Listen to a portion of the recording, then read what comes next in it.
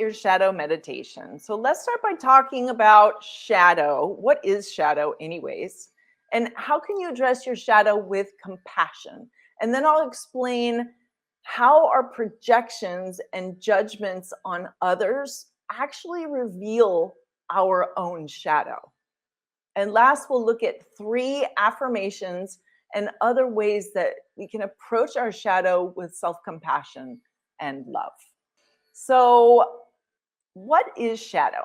Let's start by talking about a beautiful quote from Deepak Chopra that goes like this: "You have only one self. It is the real you. It is beyond good and evil. The shadow loses its power when consciousness stops being divided. When you are no longer split, there's nothing to see but oneself in all directions. There are no hidden components. Consciousness sees itself." So what is shadow? Let's define shadow. Shadow contains the aspect of our nature that we've suppressed. Anything that annoys, disgusts, or horrifies you about yourself or others is part of your shadow. So shadow is the part of ourselves that we try to hide, ignore, or run away from. And we do this as an attempt to uphold the illusion of having it all together. But attempting to outrun our own shadow really doesn't work. So running from our own shadow just brings more pain and suffering. So shadow behavior can really sabotage your intentions, your relationships, and your overall well-being. And as you begin to examine your shadow, that will be more clear. And when you can fully embrace all parts of yourself, the light and the dark, both aspects, you can finally begin freeing yourself from your shadow and those past woundings that create the shadow.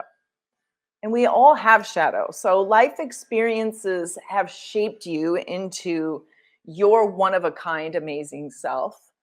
And they've also shaped the parts of ourselves that we don't like. So this is the shadow part, and everybody has one. So everybody has some degree of shadow within them, and we all have an entire gamut of emotions that live within us. We can feel a range from sadness all the way to joy and ecstasy. And the experience of joy is obvious to us because we have felt sadness or uncomfortable feelings in the past. The contrast makes that evident when we feel joy. And through a world of duality or opposites, the human experience offers a full range of emotions. So contrast in our lives offers us access to many feelings and helps us better choose what experiences we'd like to have on a regular basis. So it's truly a gift to have a range of emotions because we get to choose which ones we want. Shadow, although, is not a range of emotions. It is something different.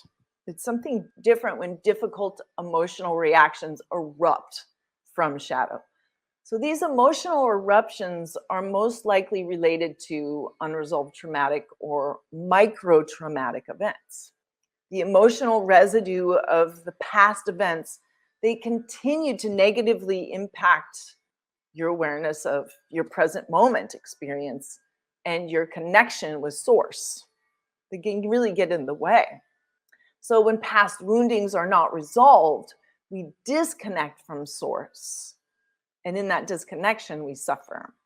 And our feelings of being in the moment are very different than an overall feeling or a blanket of suffering. And the suffering or unresolved trauma that we've hidden is what we're addressing in shadow work. And really, your willingness to engage in shadow work is a courageous journey. It's a brave journey and the work of a spiritual warrior. And retrieving the parts of yourself that you've abandoned out of shame or guilt is an incredible gift that you can give to yourself.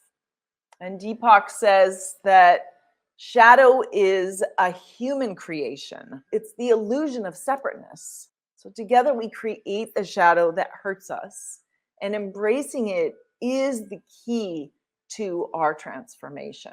It might be uncomfortable, but to progress on your spiritual path, you must come to terms with your shadow or find some healing or some kind of ease with that aspect. So how will you know if you need to do shadow work? So the first sign that you could benefit from shadow work is when you're triggered by someone or you have a strong judgment about that person or a group of people. So your shadow could manifest by projecting your subconscious negativity onto someone else. And that's why we use other people as mirrors, because we tend to project our shadow onto others.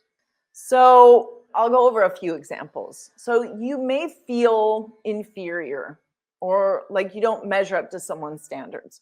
But instead of telling yourself, having this beautiful, compassionate self-talk, instead of telling yourself that you're good enough or you approach it objectively or non-judgmentally, and you acknowledge that you still have personal work to do, and you search for these affirmations that you can give yourself. Instead of doing this, you start looking for things that aren't good enough in other people.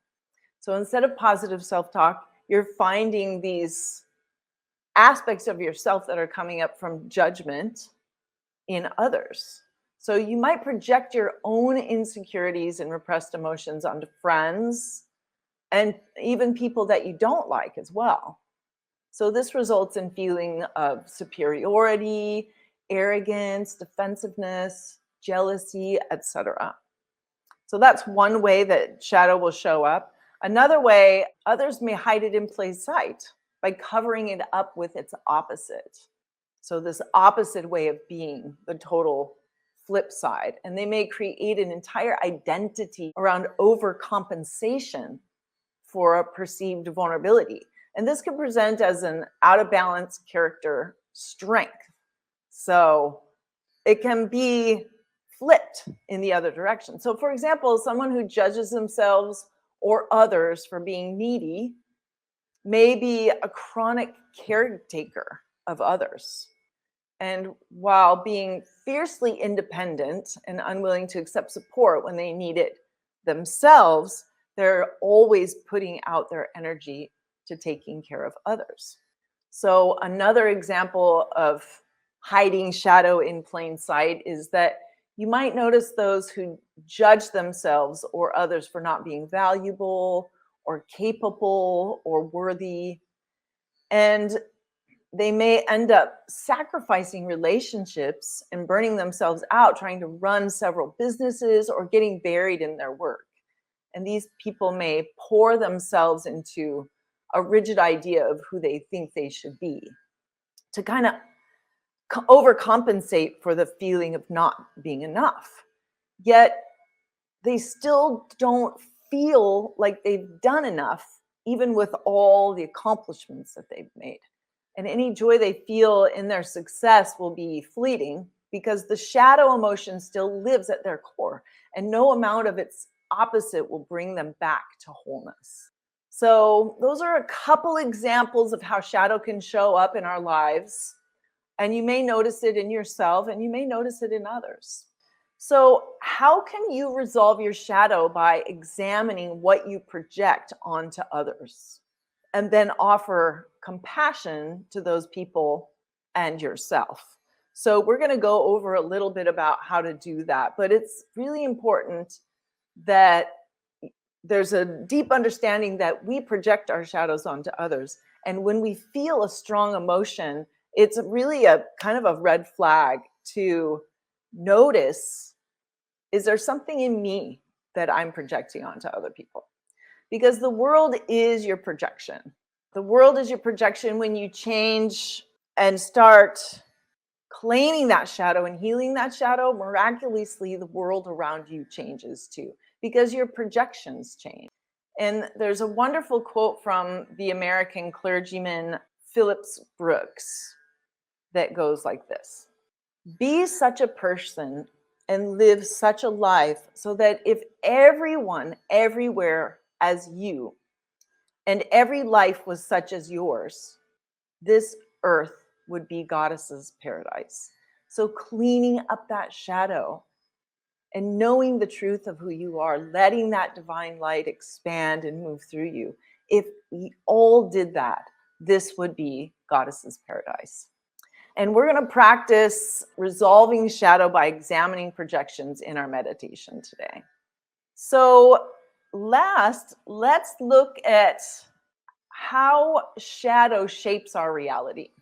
So our perspective in life is shaped by our gender, cultural background, our age, sexual preference, our nationality, our family, our religion, our values, and our past experiences. This all shapes our life.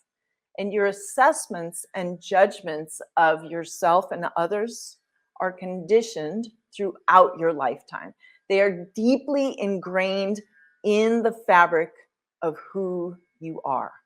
And these assessments and judgments are so deep that often you may not even know that you're making them.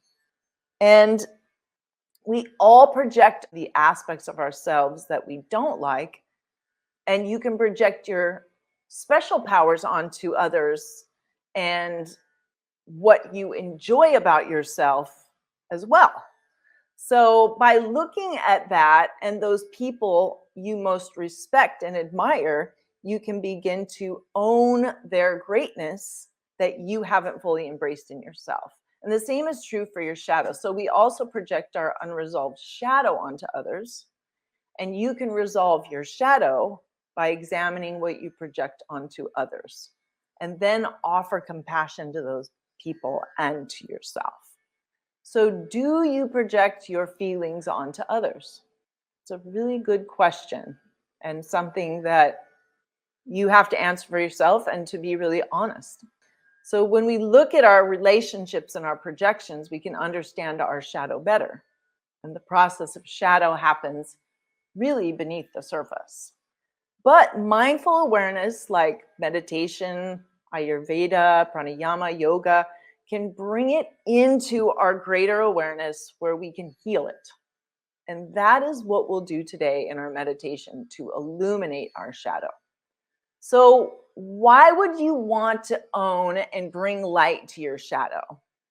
Talked about a few reasons, but let's talk about a few more. So healing your shadow can help you build your well-being muscle, return to wholeness and well-being, get out of your own way so you can reach those beautiful life visions, those life purpose. And you can become less reactive and less easily triggered and become more accepting of yourself and others. And the way to spiritual wholeness is to recognize your shadow and reclaim it through self-compassion. So let's talk about shadow and self-compassion. And as you set yourself up for healing this beautiful aspect of yourself, the shadow aspect of yourself, you'll see yourself more completely. You'll have compassion for your faults, and that will lead to deep self-acceptance.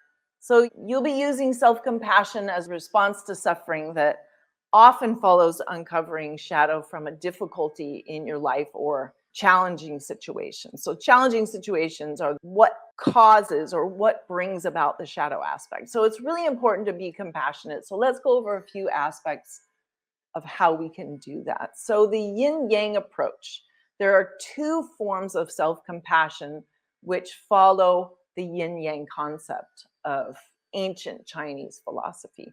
So this concept describes how opposite forces aren't at odds. They're complementary and interconnected and interdependent. So yin is the form of self-compassion, and it involves self-nurturing. So it is a gentle, tender, and soothing aspect of self-care.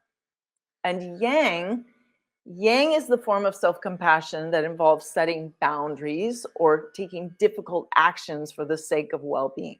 And it can be fierce and protective and motivating. And these are both aspects that you can lean into when offering compassion to your challenging situations or when shining light on your shadow.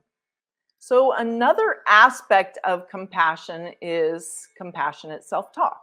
So it's important to learn how to talk to yourself as a friend with a voice of compassion. And using mantras and great sayings is one of those ways. And there are great statements from the Upanishads. Upanishads is one of Indians' ancient wisdom texts. And one of the most famous ones is Tat Twam Asi. Tat Twam Asi.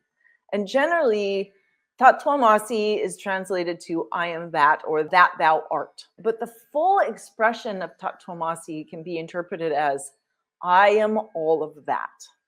I am all of that, the good, the bad, and the non-judgmental witnessing awareness that experiences it all.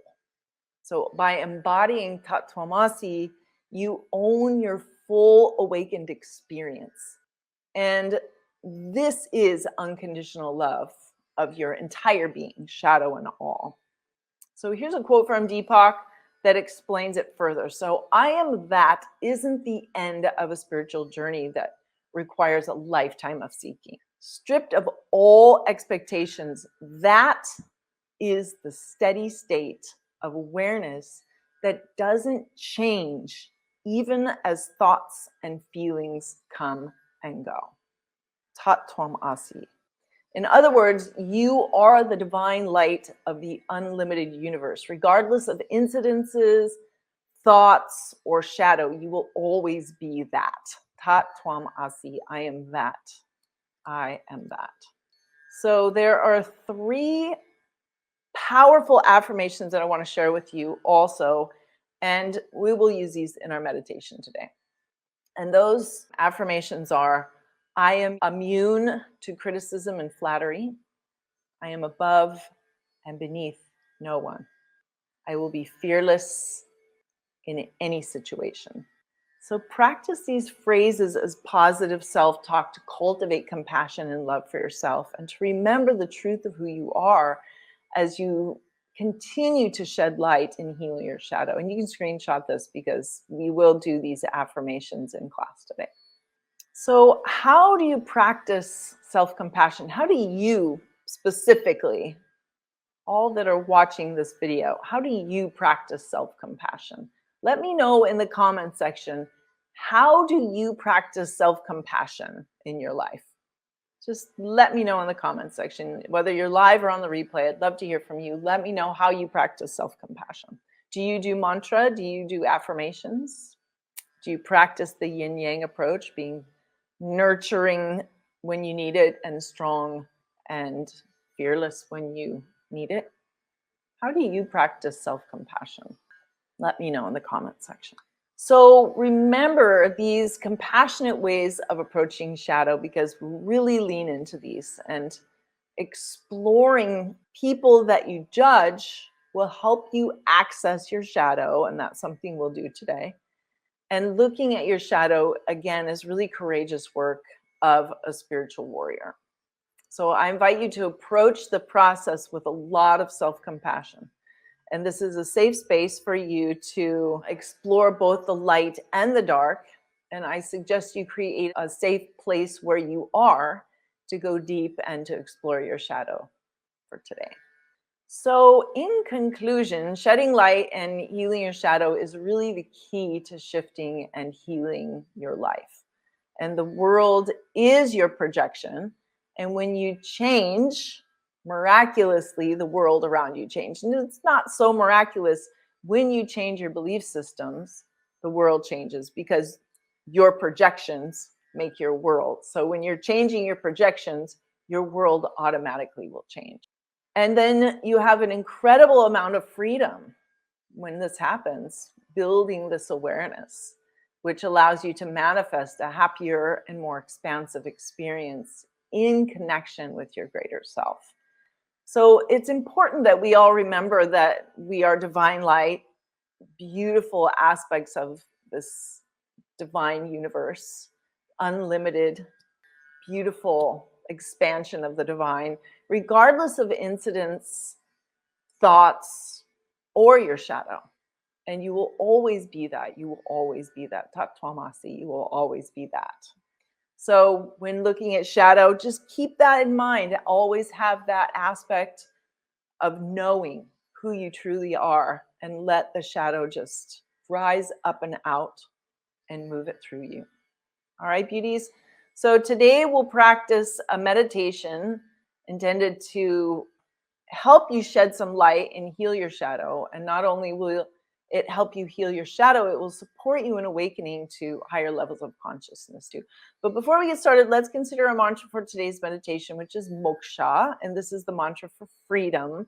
And chanting MOKSHA allows a whole new sense of freedom to emerge and allows you to share your light freely with the world.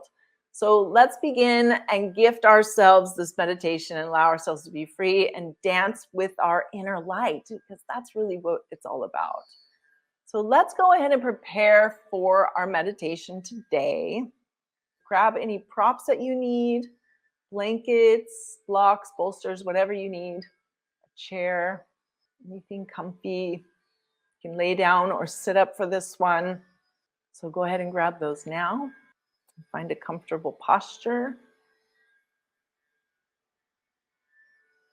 You can close your eyes. And if you're not comfortable with closing your eyes, you can just have your eyes half closed with a soft gaze.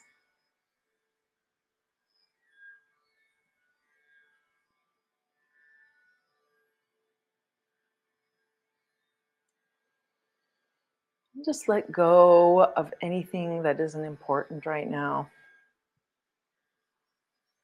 Feel the weight of your body against the floor or the chair. And just breathe. Full, deep belly breathing, inhaling and exhaling. Notice the inflow and outflow of your breath. And bring your awareness to your body and notice any tension that you might be holding. Allow your breath to wash away this tension. And begin to release your thoughts and expectations.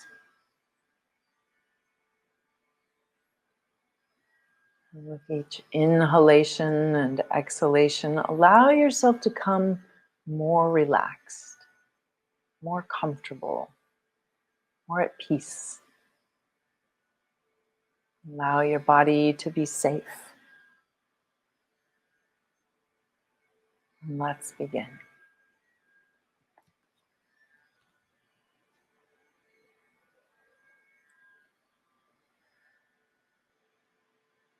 Do you sometimes feel like you are two people?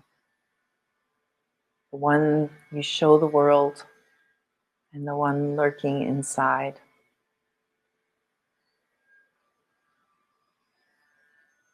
Are you afraid of what people will discover about you? How often does this get in the way of how you make your choices? And how much effort do you waste running after people you like and avoiding those you don't? How judgmental are you? Do you project your feelings onto others?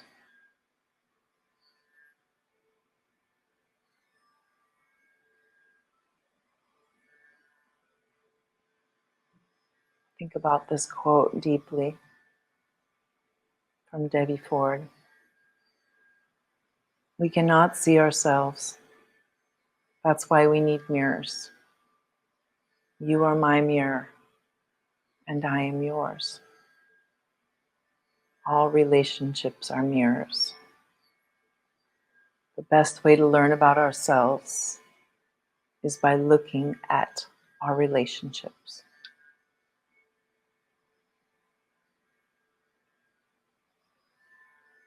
Let's go a little deeper. Take a few deep cleansing breaths.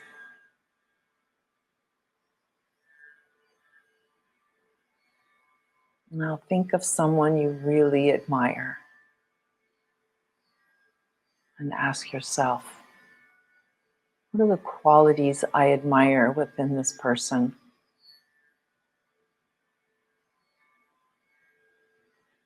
Not what they might have done, just their qualities.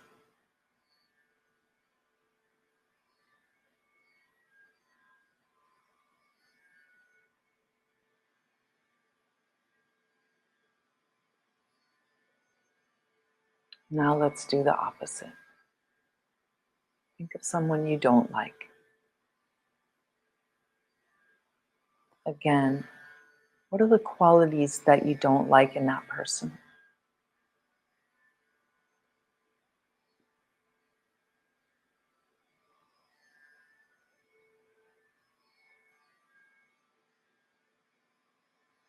Now take both lists and mix them together.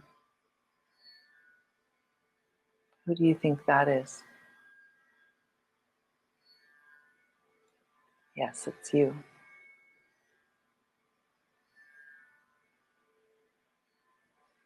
We have all qualities somewhere within us. Qualities we admire in others and the qualities that we already have that we'd like more of. Unfortunately, we spend our lives running after others to give them to us. Instead, ask yourself, how can I be more like that? How can I grow those qualities within me?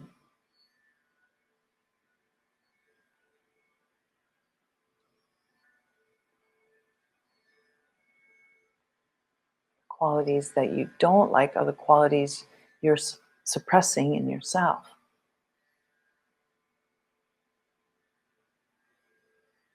And this is a side of you that you just don't want the world to see, which makes you uncomfortable, and you see it and judge it in others.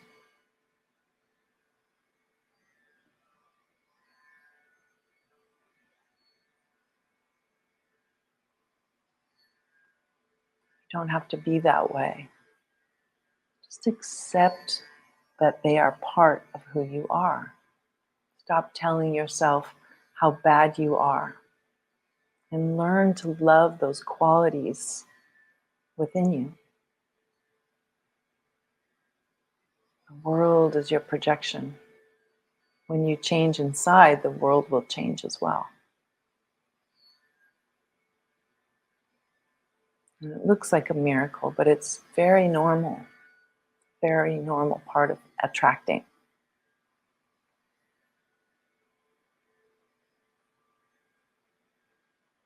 And if you remember to love and respect yourself, the world will reflect that back to you. A whole new sense of freedom will emerge in your relationships.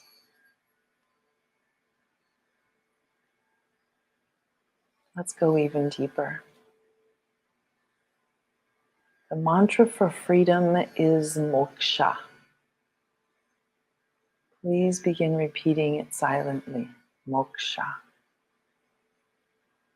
MOKSHA. MOKSHA.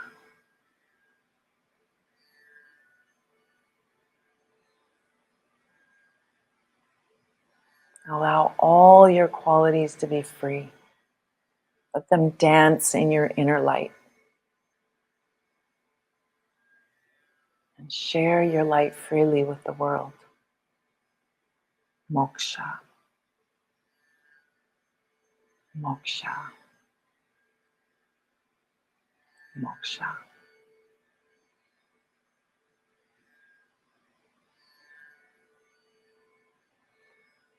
And as the poet Rumi told us, my goddess, When you see your beauty, you'll be the idol of yourself. Moksha, moksha, moksha.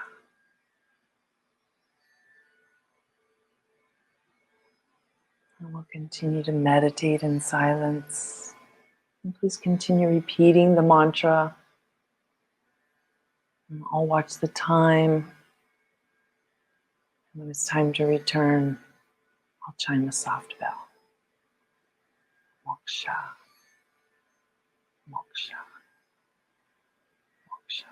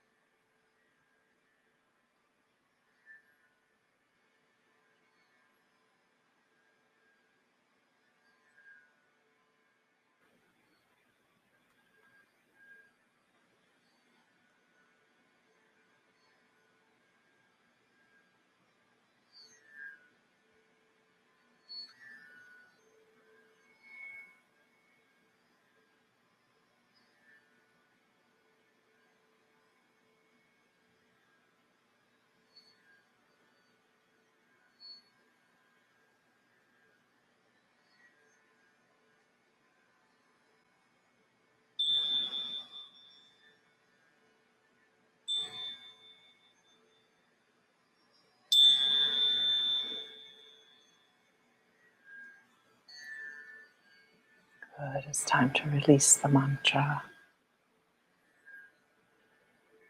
And still with your eyes closed, take some time to sit restfully, inhaling and exhaling slowly. And rest in freedom. And let's finish the meditation with 3 powerful affirmations. And you can repeat them after me. I am immune to criticism and flattery. I am immune to criticism and flattery. I am above and beneath no one. I am above and beneath no one. I will be fearless in any situation. I will be fearless in any situation. And just recognize that everything will pass. Nothing is fixed. So be open, be fluid. Life is a process. Try not to take this all too seriously. Our journey of enlightenment is to lighten up. So step into the beauty and joy of who you really are and radiate the light that you are to the world.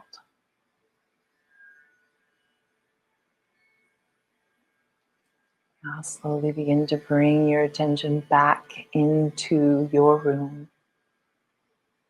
to this time and into this place. Gradually bring your awareness back to your breathing. Notice your breath. Become aware of where you're sitting or lying. And take a few more deep breaths.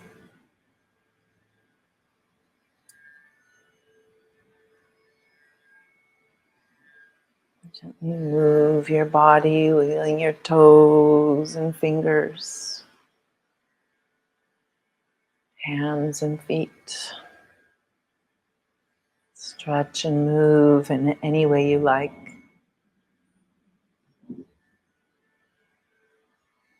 Good.